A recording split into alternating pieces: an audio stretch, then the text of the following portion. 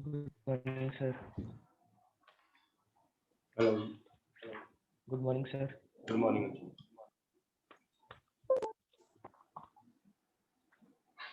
Hello बच्चों, आवाज आ रही है? Yes, sir.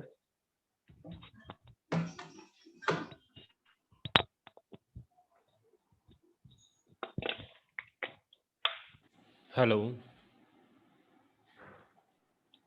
हेलो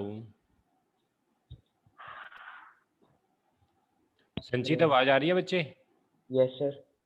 एक मिनट रुकना, मैं एक्चुअली माइक लगा रहा था, वो देख रहा हूँ। ठीक। Hello, Yes, sir. अब आ रही है? Yes, sir. क्लियर आ रही है आवाज? Okay Yes, sir. ओके बच्चों, कल का जो लेक्चर मैंने लगाया था ना, आज मैं कल का लेक्चर भी रिवाइज करवाऊंगा आपको और आगे कंटिन्यू भी करवाऊंगा। ये टॉपिक मैंने कंप्लीट करवाना है आज आपको, ठीक है? तो जिन बच्चों ने कल नहीं लगाया था उनको वो कल का लेक्चर लगाने की जरूरत नहीं है, आज वाला ही लेक्चर लगा ले, उसमें कल का भी कवर हो जाएगा। ठीक? हाँ जी बच्चे। तो आप प्लीज हमें एग्जैक्ट टाइमिंग बता दो, कई बार हमारे पास मतलब हम फिर 9 o'clock ही आते हैं ना, 9 AM। एक्चुअली बच्चे पता बात क्या है, हमारी जो क्लास का टाइमिंग है वो 8:45 का है। कई बार 10 मिनट ज्यादा हो जाते हैं या 10 मिनट कम होते हैं। बस आप 8:45 का हमारा टाइम होता है। कई बार 10 मिनट ज्यादा होता है, 10 मिनट कम हो जाते हैं। अगर आप कहोगे तो 8:30 अगर फिक्स करना है तो मैं 8:30 फिक्स कर लेता हूँ। हाँ जी बोलो। 8:45 ठीक है, सर। 8:45 ठीक है, ओके 8:45 कर लेते हैं। एक्चुअली 10 मिनट आगे पीछे ना ऑनलाइन में क्या होता है, आपको लगता है भी बस भी ये घर का ही काम है तो 10-15 मिनट का फर्क पड़ जाता है। अदरवाइज तो मुझे क्लास में मतलब मेरा वो जो टाइम होता है मैं उसी टाइम पर जाता हूँ, लेकिन ऑनलाइन में ये होता है बस हो गया कर लेते, घर पर ही रहते हैं ना, इसके चलते 10-15 मिनट लेट हो जाता है। 8:45 का हमारा टाइम होगा क्लास का, ठीक है। 8:45 किया करेंगे हम क्लास। तो बच्चों स्टार्ट करते हैं। मैं पहले कल के लेक्चर से स्टार्ट करता हूं। मैंने आपको क्या करवाया था स्टार्ट? मैंने आपको करवाया था हाइड्रोडायनामिक। हाइड्रोडायनामिक्स में बच्चों क्या होता है आपको पता है? अगर लिक्विड कंटेनर के रिस्पेक्ट में फ्लो करे तो उसको हाइड्रोडायनामिक्स बोलते हैं।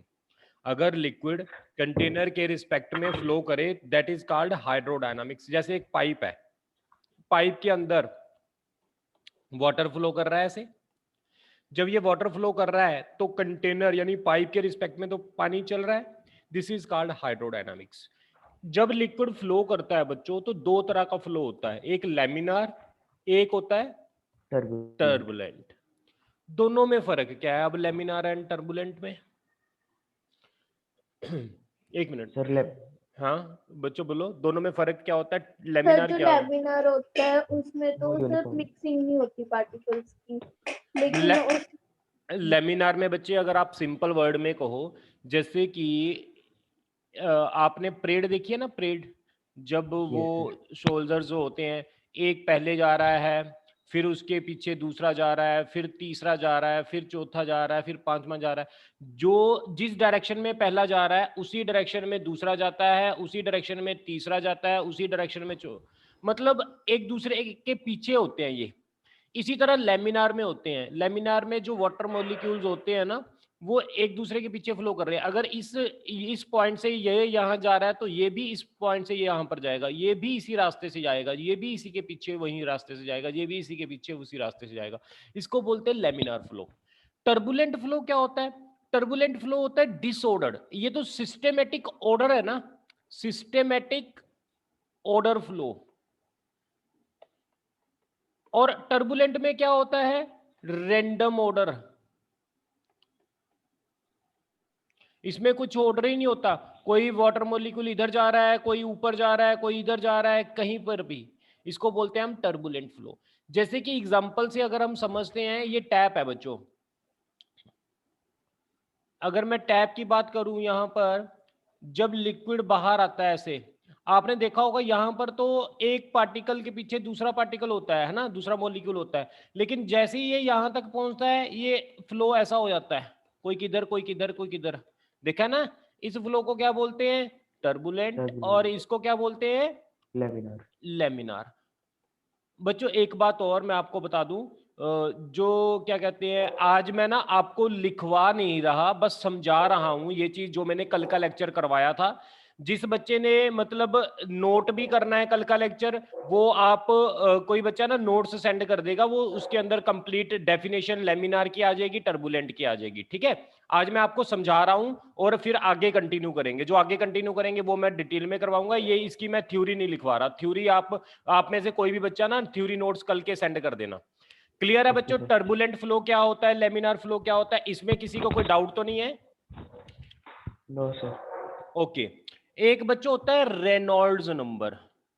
रेनॉल्ड एक साइंटिस्ट था जिसने बताया कि कब फ्लो लेमिनार होगा और कब फ्लो टर्बुलेंट होगा। उसने एक फॉर्मूला दिया रेनॉल्ड ने। फॉर्मूले की वैल्यू थी रो वेलोसिटी, डी, डी होता है डायमीटर, इटा। इसके अंदर रो क्या होता है बच्चों? Density of liquid.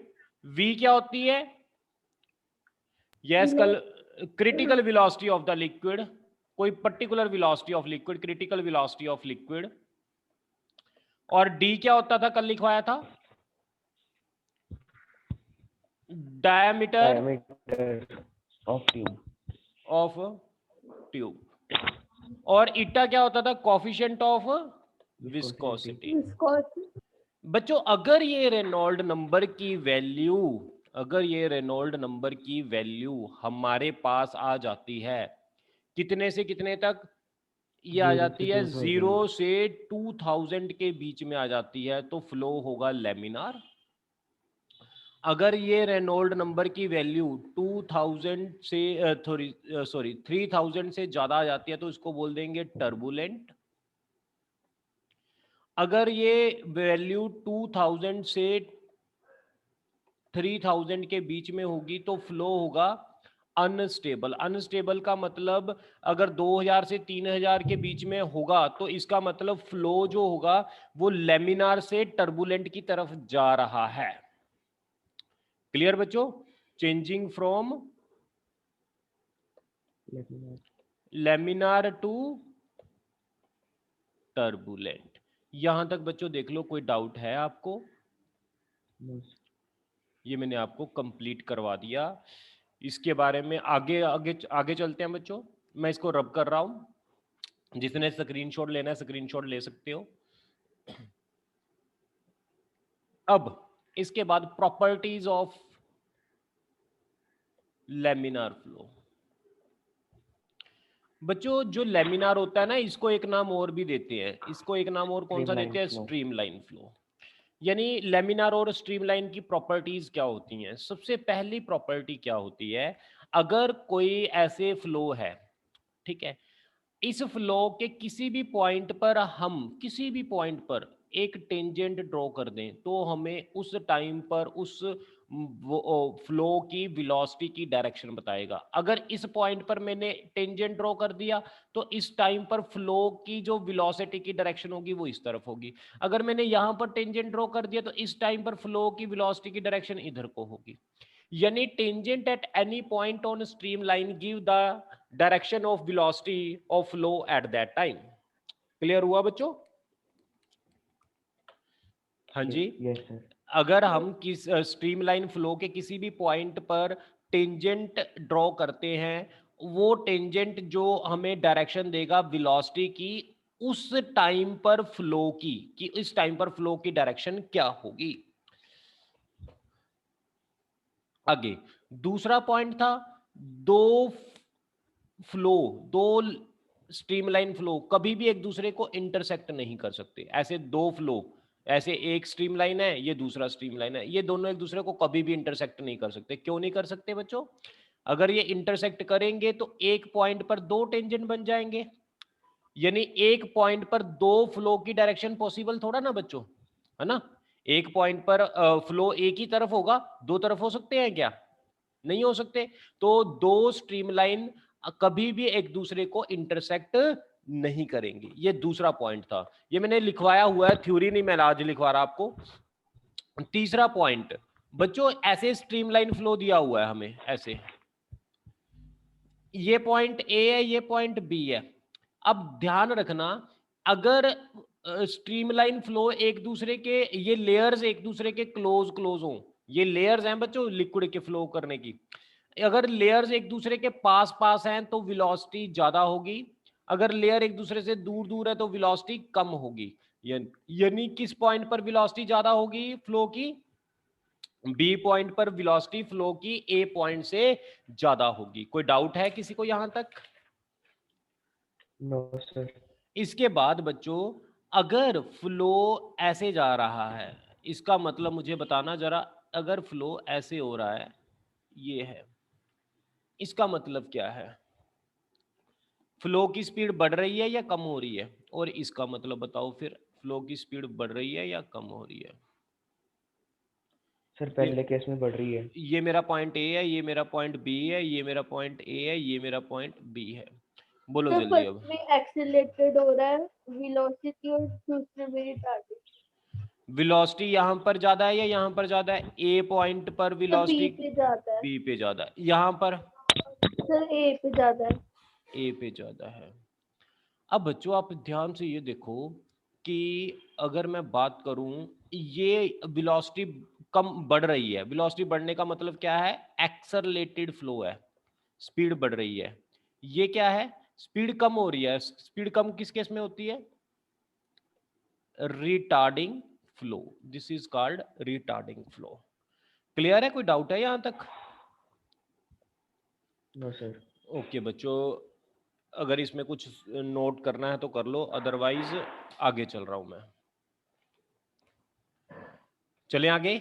मैंने ये पूरा टॉपिक खत्म करवाना है, इसलिए कल का भी रिवाइज करवा रहा हूँ और आगे भी मैं कवर करवाऊंगा। पहले मैं ना ये रिकॉर्ड करने लगा था, मैंने कहा चलो कोई रिकॉर्ड क्या करना, आपको ऐसी लाइव ही समझा दूंगा। कर रहा हूं मैं रब।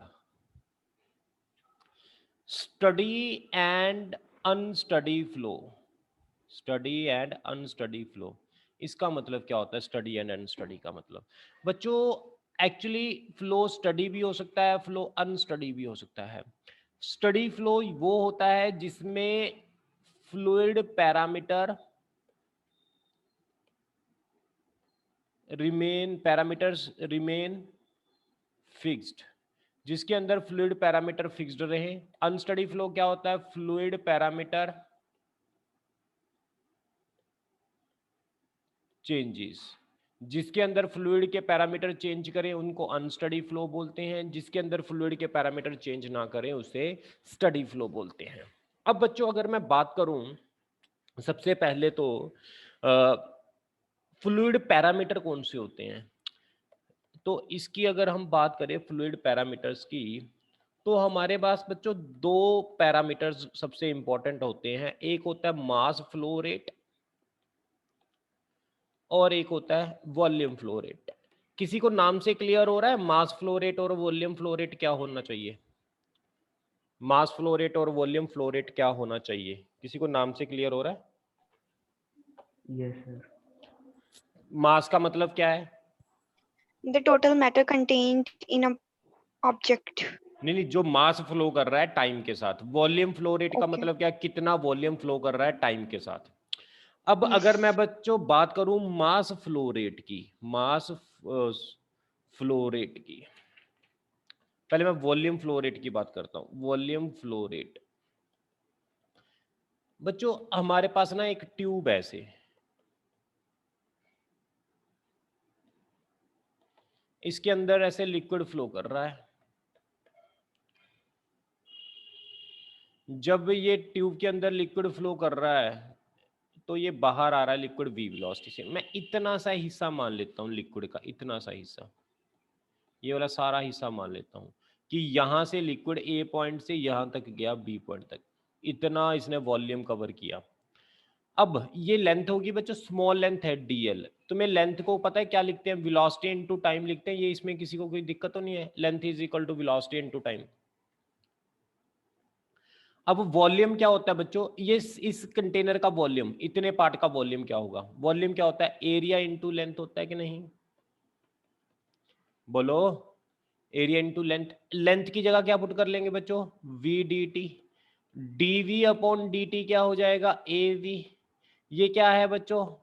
Volume flow rate. वो वॉल्यूम फ्लो रेट किसके इक्वल आ गया? एरिया इनटू वेलोसिटी के इक्वल आ गया। कोई डाउट है बच्चों? फर्स्ट पैरामीटर क्लियर हो गया आपको? Yes sir. ओके। इसके बाद अगर मैं बच्चों बात करूं सेकंड फ्लो रेट की, वो है हमारे पास mass flow rate. Mass flow rate की बात अगर मैं करूं बच्चों, मास फ्लो रेट में तुम्हें पता है मास क्या होता है? इस पार्ट का मास क्या होगा? डीएम मास होगा। मास क्या होता है? डेंसिटी इनटू वॉल्यूम होता है कि नहीं? यस, मास होता है density into volume. Density, volume क्या होता है बच्चों?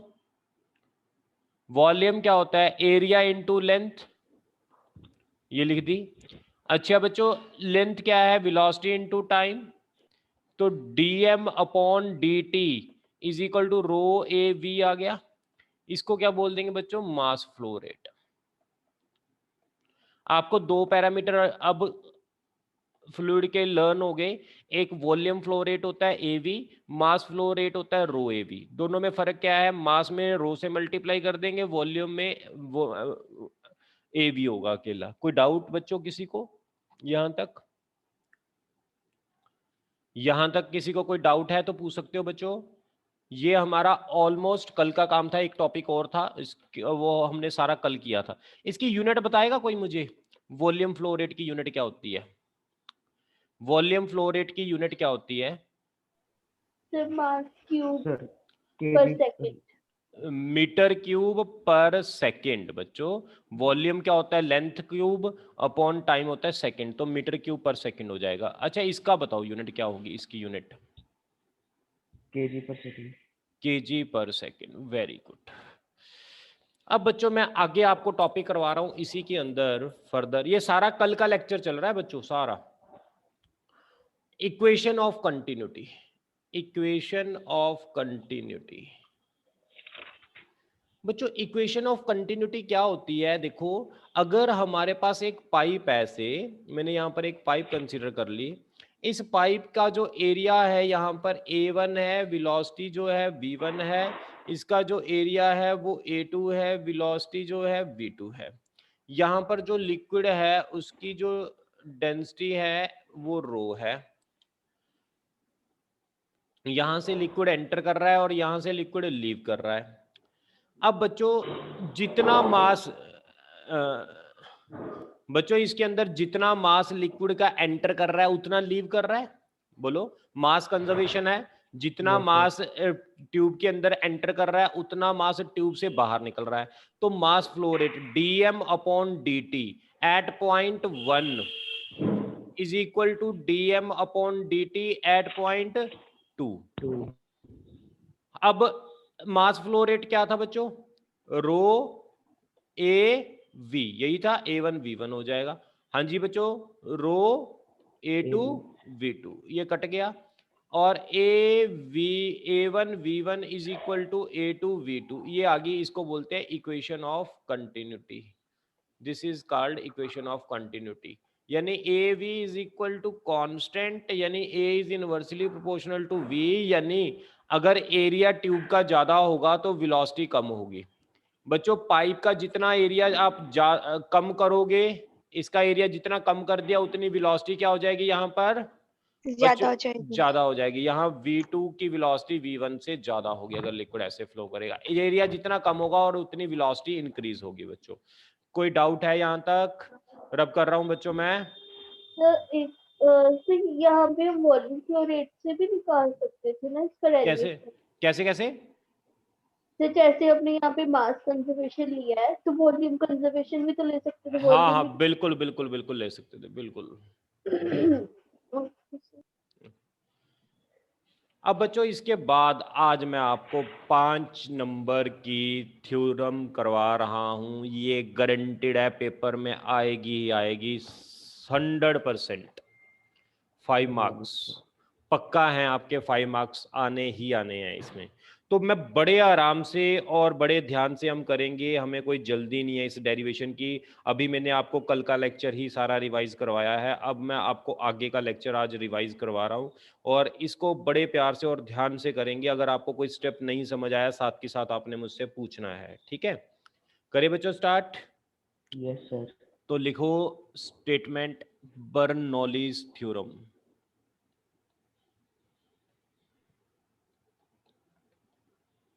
Bernoulli's theorem.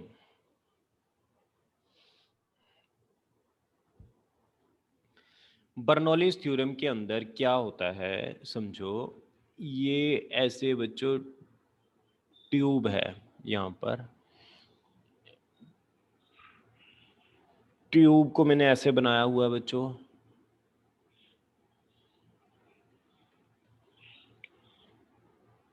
ये मैंने ट्यूब बनाई है, ठीक है। अब ये पॉइंट है, इसको मैंने नाम बोला, ये ग्राउंड है। ग्राउंड से ये जो हाइट है H1 है। इस पॉइंट की ग्राउंड से जो हाइट है उसको मैंने नाम दे दिया H2। और यहाँ पर जो एरिया है A1 और वेलोसिटी जो फ्लूइड की है वो है V1। यहाँ पर वेलोसिटी V2 है, एरिया इसका A2 है। क्लियर बच्चों यहाँ तक? इतना? अगर कोई डाउट होगी तो आप पूछ लेना बच्चों साथ के साथ। और दूसरा, इसके बाद इसको मैं बोलता हूँ reference level. This is my reference level. अब इस पॉइंट को मैंने नाम दे दिया P1 और इस पॉइंट को मैंने नाम, यहाँ पर प्रेशर जो होगा वो मैंने P1 दे दिया, इसको प्रेशर को मैंने P2 दे दिया। अच्छा, मैंने आपको कल एनर्जीज के बारे में भी बताया था, आपको याद होगा एनर्जीज के बारे में, है ना?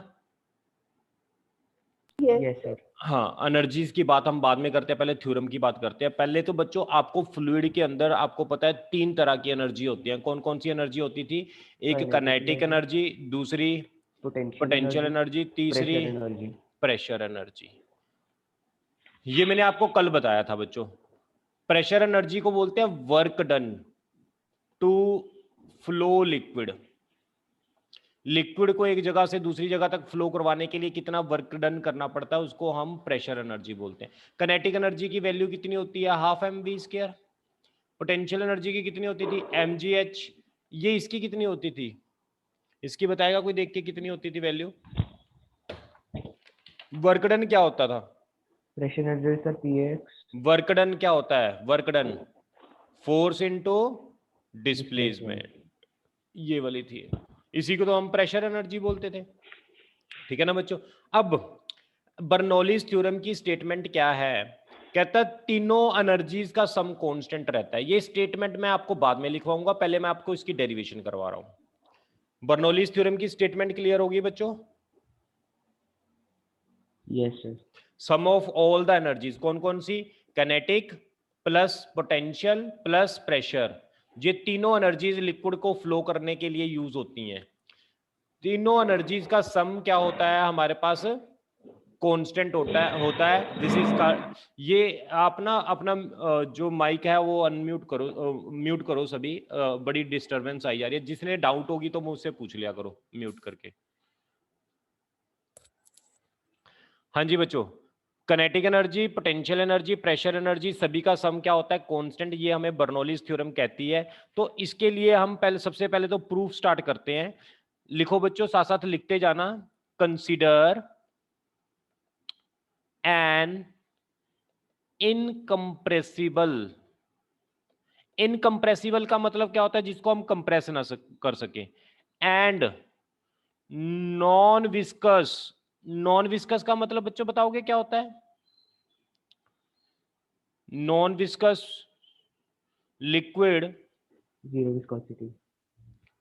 Yes, non viscous liquid flowing through.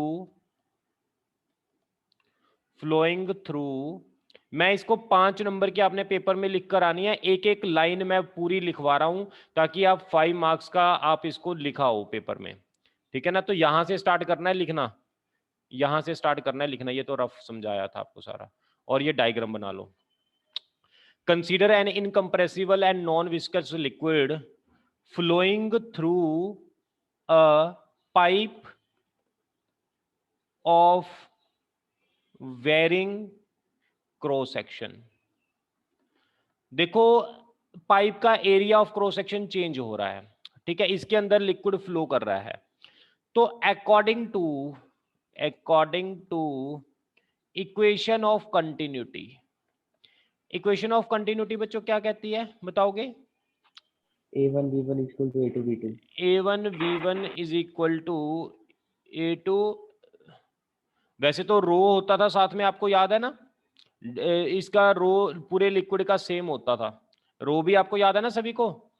A2 V2 into rho. वो तो हम काट देते थे। अगर मैंने लिखना चाहूं तो मैं लिख सकता हूं, कोई दिक्कत तो नहीं है किसी को? यस बच्चों बोलो जल्दी। No sir. तो सर इसको मैं, आपको पता है, मास के इक्वल भी लिख सकता हूं। देखना m is equal to A1 rho V था ना, तो A1 V1 rho is equal to M, A2 V2 rho is equal to M हो जाएगा। कोई दिक्कत है इसमें? यानी A2 V2 is equal to A1 V1 is equal to M upon रो।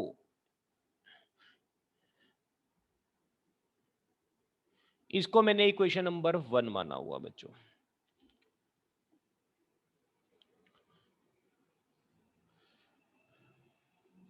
यहां तक देख लो बच्चों, क्लियर इतना? Yes sir. ओके, अगला टॉपिक है इसके अंदर work done on the liquid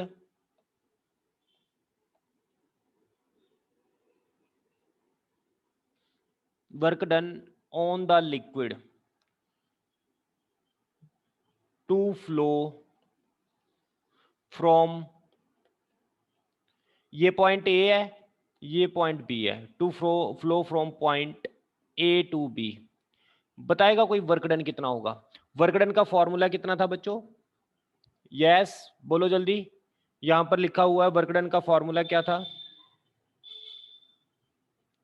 बच्चों वर्क डन का फॉर्मूला क्या था? Force into displacement. डिस्प्लेसमेंट। बच्चों फोर्स क्या होती है? Pressure into area. अब हमें लिक्विड को फ्लो करवाने के लिए यहां पर ज्यादा वर्क करना पड़ा, है ना, यहां पर कम वर्क करना पड़ा, यहां पर एंटर करवाने के लिए हमें ज्यादा वर्क करना पड़ेगा ना। तो work done on the liquid from point A to B कैसे लिखेंगे बच्चों? बताएगा कोई यहां पर? यहां पर very good, P1 into A1 into distance हम कितना मूव कर रहे हैं? यस बच्चों, X. P1 into A1 distance कितना मूव कर रहे हैं बच्चों? एक्स। एक्स मूव कर रहे हैं डिस्टेंस, है ना, डिस्टेंस हम मूव कर रहे हैं एक्स। एक मिनट, प्रेशर एनर्जी कल हमने की थी, उसका फॉर्मूला देखना कितना निकाला था हमने? यही निकाला था, PAX ही निकाला था हमने। यस सर, पर पीएक्स। यूनिट वॉल्यूम में तो P हो जाएगा। क्या कह रहे हैं बच्चे? The pressure energy per unit volume तो P रह जाएगा।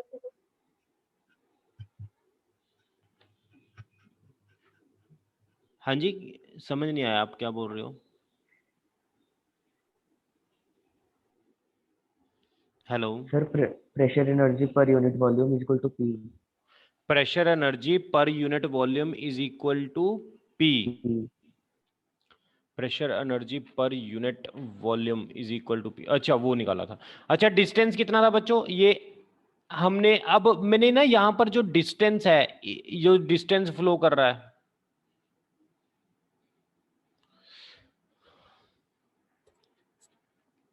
जी ये जो डिस्टेंस फ्लो कर रहा है, इसको डिस्टेंस को मैं स्पीड इनटू टाइम की फॉर्म में लिख दूं बच्चों, कोई दिक्कत तो नहीं है? क्या लिखूंगा? V1 इंटू टाइम कितना है? T। T1। ठीक है, यहां तक कोई डाउट है बच्चों किसी को? No sir. इसी तरह यहां पर वर्क डन कितना होगा?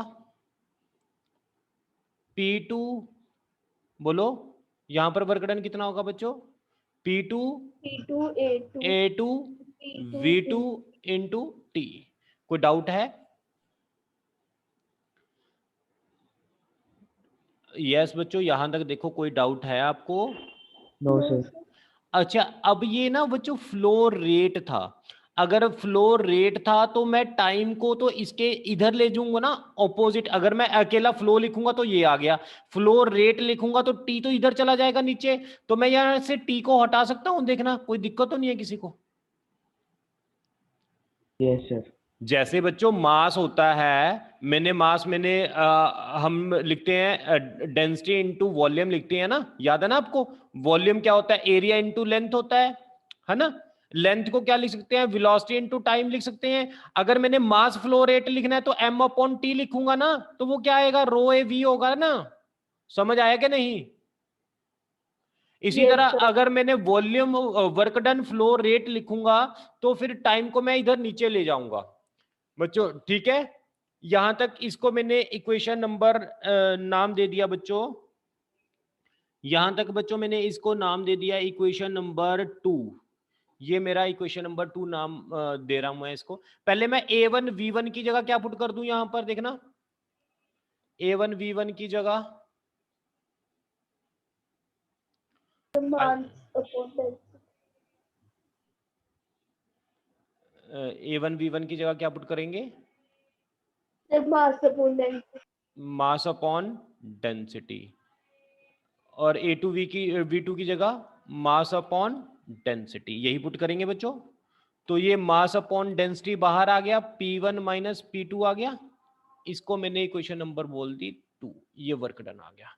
कोई डाउट है तो बताओ बच्चों यहां तक? यस, यहां तक किसी को कोई डाउट तो नहीं है? अब बच्चों मैंने कौन कौन सी एनर्जी लिखनी है ये तो लिख ली, अब मुझे काइनेटिक एनर्जी लिखनी है, पोटेंशियल एनर्जी लिखनी है। काइनेटिक एनर्जी और पोटेंशियल एनर्जी कैसे लिखेंगे? यस, काइनेटिक एनर्जी बताएगा कोई? काइनेटिक एनर्जी कैसे लिखेंगे? Increase in kinetic energy of the liquid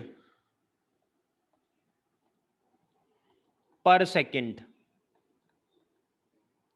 yes बच्चों, increase in kinetic energy of the liquid पर सेकंड। कैसे लिखेंगे काइनेटिक एनर्जी? बताओ बच्चों, ये पाइप थी ये, तो काइनेटिक एनर्जी कैसे लिखेंगे? हाफ एम, ये V2 था, ये V1 था, ये एरिया A2 था, ये एरिया A1 था।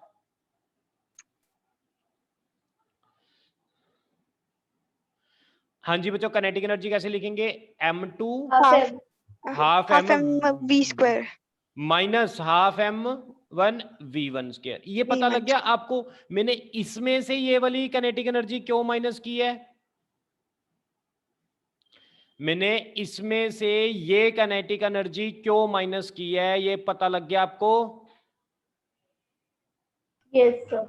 ओके, तो अब मैं इसके अंदर बच्चों देखो क्या कर रहा हूं, इसमें से मैंने कॉमन निकाल लिया। अब जो डेंसिटी है वो तो बच्चों पूरे लिक्विड की सेम थी, मास भी सेम था, तो M2 की जगह हम क्या पुट कर सकते हैं? M ही पुट करेंगे ना।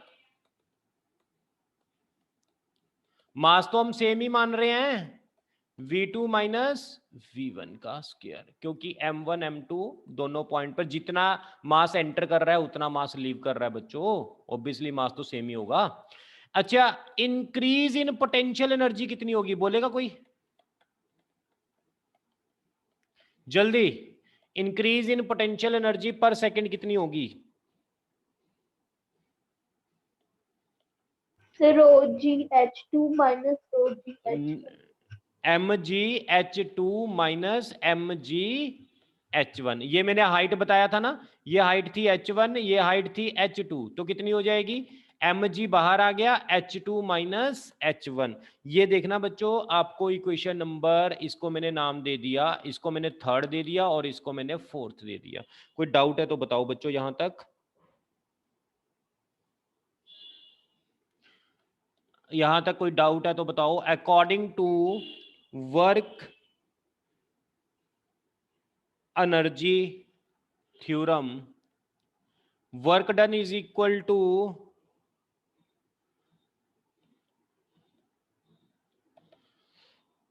Increase in energy. Work done is equal to बच्चों increase in energy. Work done कितना दिया हुआ है हमें बच्चों? वर्क डन कितना दिया हुआ था?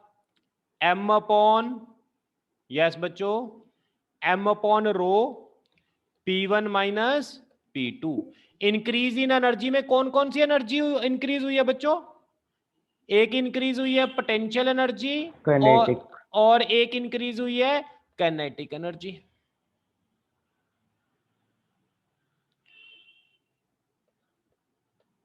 एक इंक्रीज हुई है काइनेटिक एनर्जी।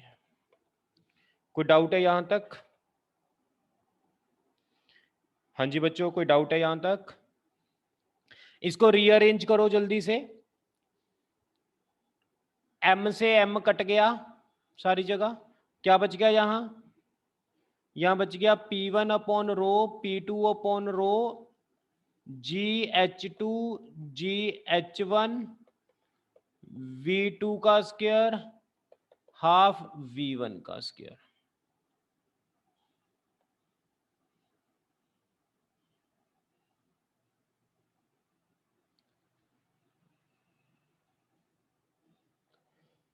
एक मिनट बच्चों, हेलो कौन सर? सर मैंने बाद में फोन कर ले, मैं थोड़ा जाऊं, मैं क्लास च।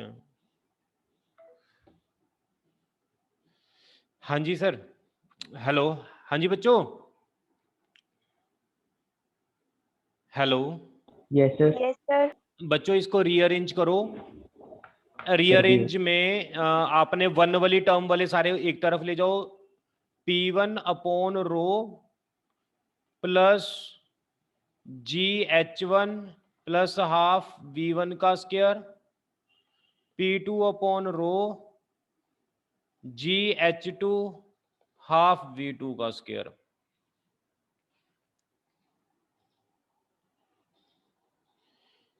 ये हमारे पास आ गई बर्नौलीज थ्योरम की स्टेटमेंट।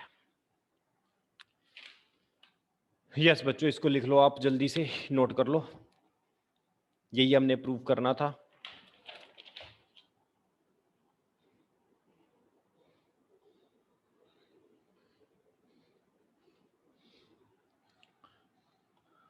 इसको मैं रब कर रहा हूं।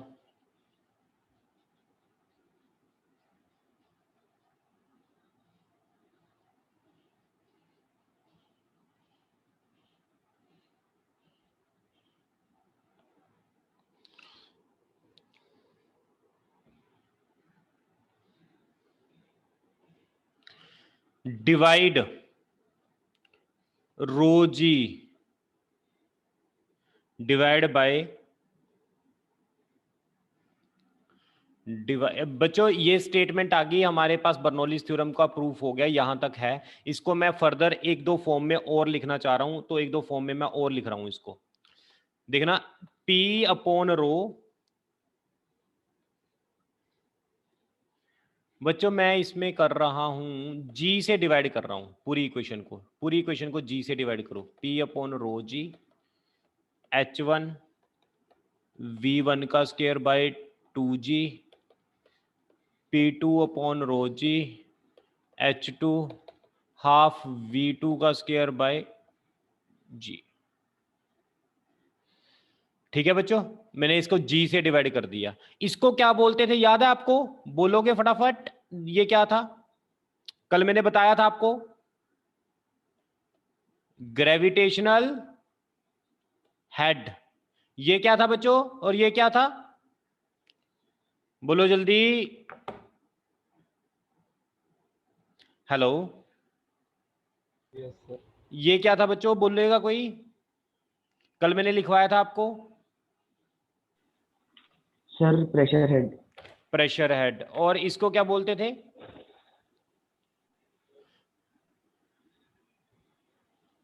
Velocity head. Velocity head.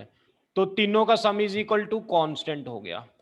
यहां तक आप नोट कर लो बच्चों, अपने आप ये मीटिंग कैंसिल हो जाएगी। Okay sir. हाँ, यहां तक नोट कर लो, स्क्रीनशॉट ले लो जल्दी से।